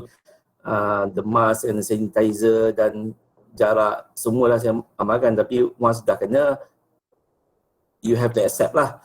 And then my wife dengan my kids banyak bagi sokongan lah walaupun dah tahu saya positif. And then kita dekat rumah, kita just buat isolate ruang di rumah. And then saya follow lah apa kata isteri saya. Walaupun pada ketika tu saya pun memang dia makan vitamin, lemon, whatever it is. Saya memang cengkeh, whatever it is, saya pun memang tak follow benda tu. Which is saya dengar dan saya just ignore. Tapi the moment yang itu saya dah stop minum air batu, everything sana. Percaya atau tidak, berhasil atau tidak, saya taruh tepi. Yang penting saya buat untuk mengisi fikiran saya fikir ke arah negatif. Which is kalau tanya, kalau orang dah mengalami COVID ni, dia saja yang tahulah. Which is untuk kita berfikiran positif tu, orang luar mungkin mudah bercakap tau, mesti fikir positif. Tetapi untuk kita sendiri, untuk cuba berfikiran positif tu amat sukar. Walaupun kita kata kita boleh, tapi kita akan stres. Apa kita nak buat, stres macam mana kita punya stage. Sebab pada ketika tu saya pun dah makin sakit sendi, saya short of breath, nafas saya mencungap-cungap. And then saya fikirkan isteri saya macam mana result dia. Since dah selepas walaupun negatif, mereka tak tahu lagi selepas tarikh 23, 24 tu dengan anak saya. And then mereka tetap beri sokongan, tapi dalam sama kerisauan saya itu timbul. Dengan ahli keluarga saya, ibu saya dan apatah lagi di tempat kerja punya close contact saya lah. Itu pun saya down. Kalau tanya saya, memang saya down pada ketika tu. Right. So tidak dinafikan Tuan Nizam, bila you dalam situasi yang sukar tu, as you said tadi, you dah mengalami kesesakan nafas, sendi you makin sakit, itu simptom yang you rasa. You memang definitely you akan down. Betul, I tak nafikan tu, dan benda tu memang menyebabkan you sebagai individu yang berada dalam situasi itu pun, so what is going on? You know? What's next? Sebab kita dah tak, ada yang kecundang because of COVID-19 kan. Ya, So mesti dalam diri you janganlah sampai situasi jadi pada saya seperti itu, betul tak? Betul. Jadi bila dah ada that kind of pemikiran dan emosi yang begitu, definitely you punya level of stress tu sebenarnya mencanak-canak kan. But I personally dalam diri saya, bila saya dapat tahu yang Tuan Nizam positif daripada persekitaran saya, I believe you are strong enough. Saya cakap dengan diri saya, dia akan boleh lawan benda ni kan. So means that you dalam I punya doa lah, dalam I punya doa dan dalam I punya pemikiran, you are strong enough to fight. InsyaAllah you tak ada apa. Nampak tak? So benda-benda macam tu, mungkin I tak jangkau you sebab I tak tahu macam mana how to get you pada masa itu kan. Sebab memang kita dalam, pada masa you sebab you kalau tak salah saya ada 2 kali kot stages you, betul tak? Betul. Satu situasi tu you negatif. Satu situasi tu yang you positif. Bila you positif tu, pada saya you dah hadapi benda yang pertama, fasa pertama kan. So fasa kedua tu you dah tahu dah what to do sebenarnya kan. Tapi as I said to you, as I said before juga, sebenarnya you all tak bersendirian. Masyarakat warga IPA contohnya Tuan Nizam akan sentiasa bersama dengan awak-awak semua ni yang pernah positif ni sebenarnya di dalam doa. Walaupun mungkin ada di kalangan kawan-kawan yang tak approach you personally ke apa semua kan, but you are in our prayer definitely kan. So sebab itu I kata you are not alone. Jadi betul, setuju. Jadi maknanya kepada kita yang lain ni, if tiba-tiba benda ni jadi pada kita. Bukan kita minta Kena ingat, you are not alone sebab you ada kawan. Kita ni adalah kita panggil organisasi yang sepatutnya saling menyokong dan menyupport each other. Dalam sama ada kita boleh memberi, kita memberi, tak boleh memberi secara lahiriah betul lah. Secara fizikal kita doakan kawan kita. Itu pun sudah cukup sebenarnya, kan? Alright, Tuan Nizam, terima kasih banyak tau for the sharing. Saya sebenarnya ada kerisauan, takut you all 3 orang, 4 orang ni, sebab saya open kita punya session pada pagi ni untuk seluruh warga APM daripada Langkawi sampai ke Sabah, kan. So dengan harapan ada orang join dan membuka diri untuk berkongsi. So pada hari ini kita banyak berkongsi tentang emosi kalian yang pernah apa kita panggil disahkan positif COVID-19. So 2 jam kita berkongsi benda tu sebenarnya, which is pada saya sangat menepati sasaran dan saya punya kehendak pada pagi ni, which is I memang nak you all sendiri yang share experience dan juga apa yang you rasa. Mungkin pada you bagi kecil je, you bagi gitu je, tetapi pada kami yang mendengar, actually kami boleh belajar sesuatu. Belajar sesuatu daripada kes-kes awak berempat ni. 1, 2, 3, 4, betul lah. Berempat ni. So maknanya walau macam mana pun kena kuat. Memang macam Tuan Nizam kata tadi, Puan Fiza kata tadi, Jiha pun ada kata, so Azmi pun ada sebut tadi, sebenarnya you ada masa you down. Memang orang akan cakap be strong, you have to be strong. Orang akan cakap senang cakap, tetapi you sendiri yang rasa benda tu, there's a time you akan down. Sebab COVID-19 ni jahat. Sebab dia jahat lah, dia boleh membunuh, you know. Dia sendiri boleh menyebabkan kita down. Contohnya dia sakitkan kita in a way of tiba-tiba sendi you sakit. Tiba-tiba you tak boleh bernafas. So benda-benda tu semua menyebabkan you all down secara tidak langsung, sedar ataupun tidak sedar.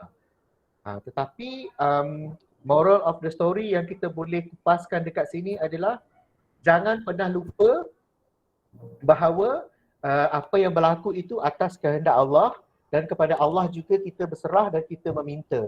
InsyaAllah segalanya akan menjadi mudah dan selamat. Kesukaran yang Tuan Nizam alami, yang Jiha alami, yang Fiza dan Azmi alami itu sebenarnya adalah proses sebenarnya untuk you all sendiri personally untuk menjadi orang yang lebih kuat sebenarnya dalam menguruskan diri dalam situasi pandemik ini sebenarnya. Betul tak? Betul. Right. So terima kasih banyak Tuan Nizam. I tengok dekat sini time's up ke? Ada masa lagi. Siapa ni bahagian angkatan ni yang bertanya ni? Can you say something? Memang time's up, dah pukul 12 tahun. Kan? Ada benda nak tanya ke dekat bahagian angkatan ni? Tak ada lah Tuan, sajalah Tuan Roidi lah Tuan. Okay. So Tuan Roidi, jap. Kita ambil masa sikit boleh? Kita ambil masa sikit. Saya okey je, yang lain lah. Boleh tak you pula share sekarang ni tentang emosi dan juga yang lain boleh stay tune sekejap tak? Ada dalam 60 lebih ni. Boleh tak you share pula macam mana pula you sebagai you mewakili kita ni semualah yang bekerja tanpa henti di sepanjang krisis pandemik ni. Apa perasaan you? Ada tak rasa burn out? Ada tak rasa stres? Ada tak rasa macam fed up kan? Sebab kalau tak salah saya dalam semalam kot berita ada di kalangan medical team, doktor kontrak ni dah kata fed up. Kalau tak ada solusi terhadap keadaan yang berlaku ni, diorang tak nak turun pergi ke tempat kerja. So itu di kalangan tim KKM. Ada situasi macam tu. Itu kira consider burn out lah tu So Tuan Roidi sendiri macam mana? Kalau you boleh share lah. Okey, you Terima kasih punya untuk part saya ni sebenarnya kalau nak diceritakan pengalaman masa dekat tempat saya bertugas lah sebelum ni. Setakat ni sekarang dah bertugas dekat ibu pejabat ni kira ada perubahan baru lah. Okay, untuk perkongsian sama lah antara semua yang ada dekat dalam ni. Sebenarnya untuk pandemik ni bagi saya tak kira lah you kira ianya pandemik ke, isu bencana ke, everything is ada gifted lah. Maksudnya ada hikmah di sebaliknya. Okey, saya ambil contoh hikmah yang terjadi untuk anggota saya sendirilah. Dia tak kenal pun sesama sendiri, ada pasangan lelaki dan perempuan ni tak kenal pun sesama sendiri. Tapi because of this pandemic, mereka bertugas di dalam stesen kuarantin yang sama dan dia tempoh tak lama, dalam tempoh 3 bulan kenal, masuk bulan ke-6 dia terus engagement, dia orang terus bertunang. Dan saya difahamkan insyaAllah tahun depan mungkin kot diorang akan cakap melangsungkanlah sampai ke jenjang pelamin lah. Even ramai jugalah anggota-anggota kita yang memang terkesan dari segi penugasan, dari segi bebanan dan sebagainya. Tapi kalau kita act pandemik ni as a hikmah, insyaAllah ada benda-benda yang baik lah. So itu saya nak kongsikan yang hikmah dari segi jodoh lah. So hikmah dari segi bodoh pula ada juga, bukan kata jodoh yang baik saja, even benda yang bodoh pun ya juga.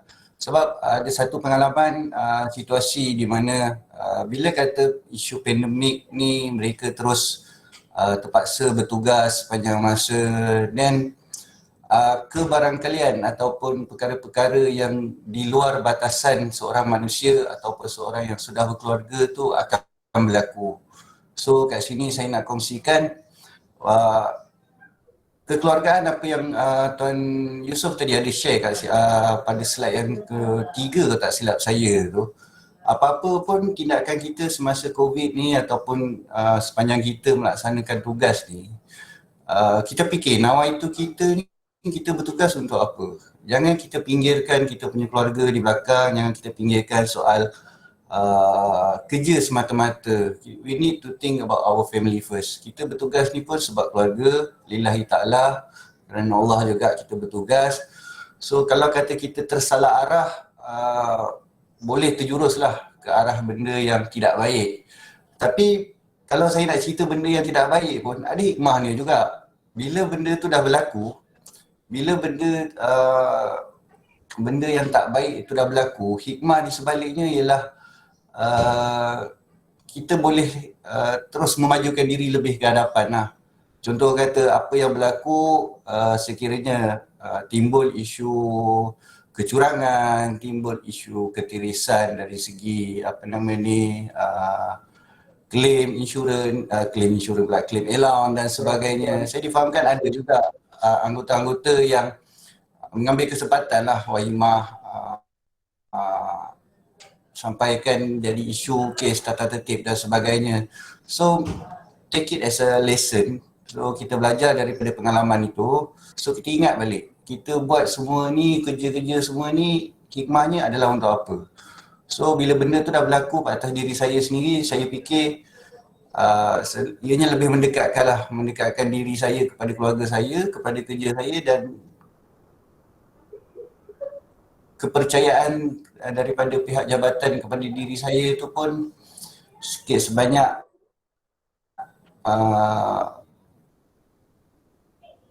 disebabkan benda ni lah pihak jabatan, saya nampak lah pihak jabatan memandang sebenarnya kita ni bertugas tu nak kena jujur dan juga amanah lah. So nak cerita lebih tak boleh. Saya rasa Tuan Yusof je yang lebih tahu pasal saya ni. So apa-apa pun saya just nak share isu pandemik ni, kita jangan anggap ianya Tuan Yusof. Saya nak kongsilah sikit. Alright. Terima kasih Tuan Rohedi. Walaupun you kata tak boleh nak kongsi banyak kan, tapi sebenarnya apa yang you cakap tu kalau audience kita dengar dan dia pick you punya point tu, sebenarnya ini adalah satu yang positif. Bukan positif COVID-19, tetapi pemikiran dan emosi yang positif, which is good sebenarnya, sebab you cakap tadi kita bekerja atas dasar apa, pergi ke burnout Siti Hafiz, pergi cari perkataan burnout yang ada how to prevent burnout tu. Yang ni kemudian tak apa. So you guna perkataan kita bekerja kena jujur, betul tak? So maksudnya bila kita menjadikan kerja, ini I nak share lah nak kupas sedikit Tuan Rohaidi punya point tadi tu. Bila kita menjadikan kerja kita sebagai salah satu daripada kerja kita adalah punca rezeki kita. And kita sepatutnya bersyukur, macam saya cakap daripada awal tadi, kita penjawat awam masih lagi bekerja dan kerja kita itu adalah rezeki, kerja itu adalah ibadah. Dan kalau you jadikan kerja itu sebagai you buat kerja kerana Allah, kan? So secara tidak langsung you tak ada istilah burnout. You tak ada istilah macam penat apa semua ni. So kalau you ada rasa burnout, ada rasa macam stres, penat dengan kerja, ingat balik kepada Allah. Allah bagi rezeki kat saya, maka saya perlu buat kerja. Kerja ini adalah ibadah dan aku buat kerja kerana Allah. InsyaAllah Allah akan bantu. Betul tak? Percaya tak cakap saya tuan-tuan dan puan-puan? Saya pun tak bijak sangat, tetapi I just share. Sebab that's what I did setiap masa bila saya ada rasa macam I penat, I burn out. Siapa kata I tak ada burn out? Ada, tetapi level dan darjah level burn out tu mungkin under control kerana saya bukan kata saya ni baik sangat atau bijak sangat, tetapi I know macam mana nak manage saya punya level tu supaya tidak menjurus ke arah yang menjejaskan saya punya kesejahteraan psikologi. You know, so kalau ada rasa macam kita burn out, fed up ataupun kita rasa macam penat sangat dengan kerja, terbeban sangat dengan kerja, cepat-cepat ingat pada Allah. Minta pada Allah supaya diberi petunjuk dan kekuatan. Dengan cara mengingati Allah saja, kita akan menjadi orang yang mudah dan sejahtera in a way of, macam saya cakap tadi, kalau you jadikan kerja itu sebagai sebahagian daripada ibadah, you tidak akan menjadikan kerja itu sebagai bebanan. So mungkin senang untuk saya cakap, tetapi kalau tuan-tuan dan puan-puan tidak percaya, try to do it. Cakap dengan diri sendiri, saya datang kerja hari ini kerana ini adalah rezeki saya.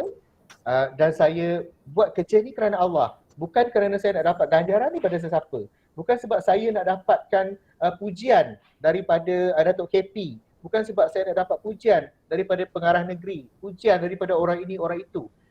Buat kerja kerana Allah. Pujian itu Allah akan bagi sebenarnya. Kan? So orang yang memuji itu adalah medium yang Allah turunkan supaya kita ni angkat, darjat kita diangkat di muka bumi ni.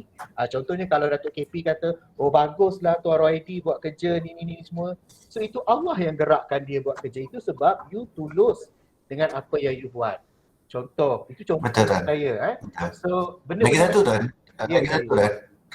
Apa nama ni, yelah kalau kita anggap diri kita as a frontliner, kadang-kadang kita mental kita emosi dari segi penugasan, burnout, kerja dan sebagainya. Kita jangan lupa yang selain daripada diri kita, sebenarnya family kita pun diorang pun sebenarnya dalam keadaan emosi yang terganggu juga Tuan. Contoh katalah saya punya isteri, pada tahun pertama tu sejak pandemik melanda bulan 3 2020 until company wife saya cuma dapat tampung dia bertugas sampai bulan 12 saja. Now sekarang rumah saya dah tak bekerja. So totally dari segi faktor ekonomi dan sebagainya tu saya yang tanggung. So istilah kat sini sebenarnya bukan kita saja yang emosi ataupun yang kita burn out dari segi kerja-kerja dan sebagainya. Banyak orang rumah kita yang terpaksa berhenti kerja dan anak-anak kita. Anak-anak kita pun sebenarnya dia orang dari segi focusing untuk belajar tu tak sama dengan kaedah PDPR berbanding dengan belajar secara fizikal pergi ke sekolah kan. So saya nampak anak-anak pun sebenarnya sedikit sebanyak dah lack of education jugalah dengan bergantung harap kepada teknologi untuk belajar ni semua. Diorang kita sendiri yang kena build up kita punya family. Itu yang saya nampak Tuan. Kan tambah-tambah pula baru-baru ni maaf cakaplah saya kongsi sikit, baru-baru ni mak mentua saya pula meninggal dengan wife baru lepas tak ada kerja kan for this year dekat 12 tahun rumah saya bertugas dekat company yang sama. Tapi suddenly bila kata isu pandemik ni, dia tak bekerja. So dia duduk kat rumah lah. So sehingga sekarang. Dan saya ambil perkara apa yang berlaku ni sebagai satu hikmah. Saya menyatakan okay, sis dia dah tak kerja, tak apa, dia lebih ada masa untuk keluarga. So every time, kalau dulu saya bekerja, dia bekerja, kita punya spend masa dekat rumah dan juga anak-anak tu agak terhad lah. But now dengan saya pun dah pindah dekat sini, orang cakap 6 minit je daripada ibu pejabat dah boleh sampai rumah. Everything is memang gifted lah, memang semuanya ada hikmah di sebalik apa yang berlaku tu tuan. Percayalah. Jangan kita anggap sesuatu bebanan tu orang cakap berat bagi kita, sebenarnya ada orang yang lagi berat daripada kita. Betul. Dan yang satu yang saya pegang, Allah takkan uji kita selagi mana hamba-Nya tak mampu untuk tampung. Itu je tuan yang saya ingat. Alright. So itu adalah satu perkongsian yang saya anggap sebagai memberi inspirasi dan motivasi juga kepada kita-kita yang lain ni bahawa sebenarnya betul lah apa yang Tuan Raidi cakap tu. Kalau kita rasa kita stres, kita dalam keadaan yang sukar, there's many more di luar sana yang sebenarnya lagi payah daripada kita kehidupan mereka. Sebab itulah sekarang adalah bukan masa untuk kita menunding jari, you begini, you begitu. Sekarang ni adalah masa untuk kita mencari titik persamaan kita supaya kita boleh saling menyokong, saling membantu dengan apa cara sekalipun. Kawan-kawan kita datang pada kita minta tolong, kita bantu. Setakat apa yang kita boleh buat, kita buat. Kalau kita tak mampu beri dari segi material, kita beri sokongan, bantuan daripada sokongan moral. So benda-benda itu sangat penting. So jangan sampai kita pula yang menjadi punca kepada depression kawan kita. Itu yang saya nak kupas sedikit lah tentang perkongsian Tuan Raidi tu tadi, which is sebenarnya betul. Sebab apa, kalau kita rasa kita dalam keadaan sukar, percayalah ada orang lain yang lagi sukar daripada kita. So setiap orang, setiap individu, kalau saya tanya 60 lebih yang ada di dalam session Maya ini, 60 lebih orang itu ada isu masing-masing. So that's why we have to be nice to each other, okay? Tak perlulah kita cari kelemahan kawan kita, kan? Sisi Hafiz, next slide Sisi Hafiz. Pergi cari bersihkan hati tu, okay? So tak perlu kita cari kesalahan kawan kita, tak perlu kita cari kesilapan, kelemahan orang lain. Sebab kalau kita cari, kita akan jumpa. Memang kita akan jumpa sampai kita selak sana, selak sini. Definitely akan jumpa kelemahan saya apa, kelemahan Tuan Raidi apa, kelemahan Tuan Alias apa, kita akan jumpa. So jangan cari benda tu, kita tengok cantik kawan kita tu dekat mana, indah kawan kita kat mana, mulia sisi mulia kawan kita tu dekat mana. Kita cari benda tu, kita hargai benda tu. InsyaAllah kita akan jadi warga organisasi yang harmoni. Semua orang akan dalam keadaan yang harmoni. So kawan kita perlukan bantuan, bantu. Perlu bantuan kerja, bantu kerja. Perlu bantuan emosi, sokongan emosi, kita bagi sokongan emosi. Kalau perlukan bantuan kewangan, macam mana? Kalau kita boleh bantu, benda tu bantulah. Tapi kalau sampai hutang piutang dia kita nak bayar pun payah juga kan. So kalau masalah hutang piutang, kita bantu either way of channelkan dia kepada mana-mana bank yang boleh membantu. Macam tu. Boleh tuan-tuan dan puan-puan? Okay, I rasa kita dah melebihi 20 minit kepada masa sasaran sebab hari ni hari Jumaat kan. Takut nanti ada yang nak pergi solat Zuhur ke apa, walaupun masjid tertutup lagi untuk kita berjumaah kan. Tetapi kita boleh berzuhur lah. Saya ni cuma nak mengingatkan lah supaya tuan-tuan dan perempuan, tak kira bangsa apa, agama apa, okay, budaya apa, kita sebenarnya titik persamaan kita adalah apa? Kita adalah makhluk sang pencipta yang kerdil di muka bumi ini. Itu titik persamaan kita yang pasti dan sangat jelas. Maka sama-samalah kita menghambakan diri kepada sang pencipta dengan cara kita, dengan agama kita nak macam mana. So jangan pernah lupa kepada Allah Ta'ala, jangan pernah lupa kepada yang menciptakan kita, kerana hanya dia yang maha mengetahui. So maksudnya meminta dan merayulah, memohonlah kepada Allah Ta'ala supaya kita menjadi orang yang dirahmati, pandemik COVID-19 ni cepat-cepat musnah daripada muka bumi ini.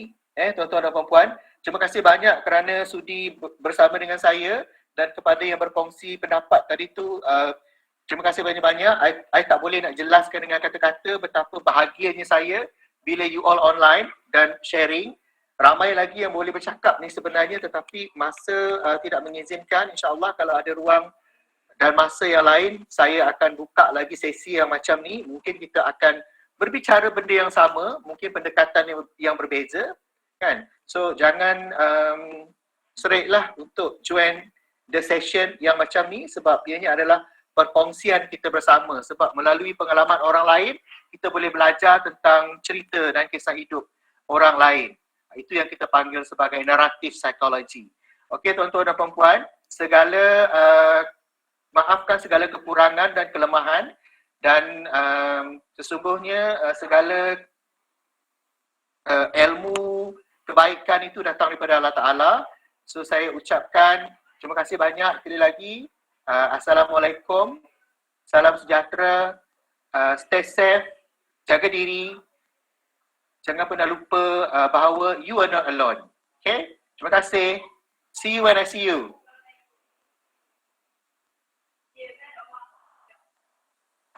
Terima kasih Tuan Yusuf. Assalamualaikum. Terima kasih Tuan. Thank you. Terima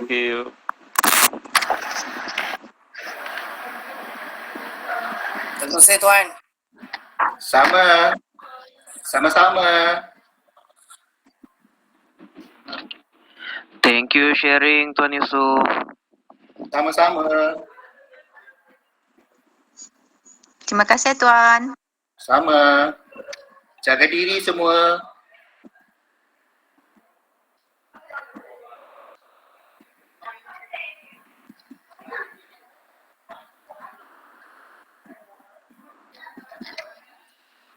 Terima kasih Tuan. Sama. See you guys when I see you.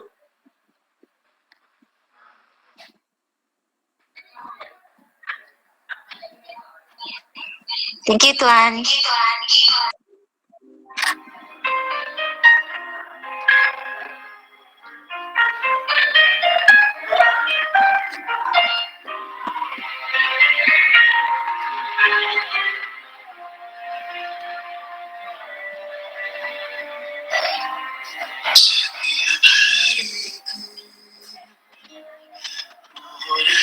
hariku, oh,